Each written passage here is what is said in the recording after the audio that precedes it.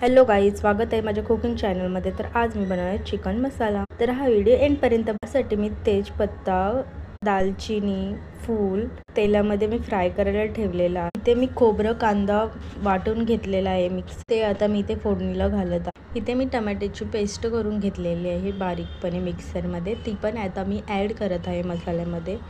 हे दोन्ही मिश्रण आपल्याला करून घ्यायचं आहे। चिकन मसाला कोणाला आवडत नाही, मला तो खूप आवडतो। इथे मी मसाले ॲड करते, गरम मसाला, हळद, घरचा मसाला, धना मसाला, अद्रक लसूणची पेस्ट, हे सगळं मिश्रण करून मी मिक्स करून घेत आहे छान तेल सुटेपर्यंत।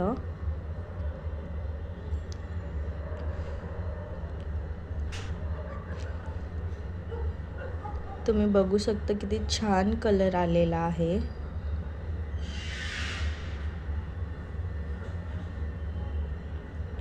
आता मी ह्याच्यामध्ये चिकन ॲड करत आहे, जे मी स्वच्छ धुवून घेतलेलं आहे,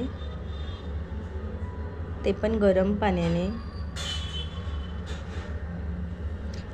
इथे मी एकत्र करून घेतलेलं आहे सगळं मसाला आणि चिकन।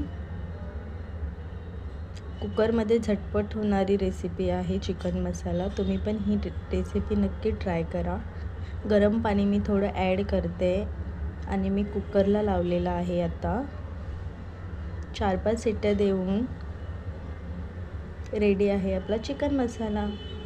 वरतून मी कोथिंबीर ॲड केलं आहे, छान उकळी येईपर्यंत मी शिजवलं आहे आणि फायनली माझा चिकन मसाला रेडी आहे। एन्जॉय।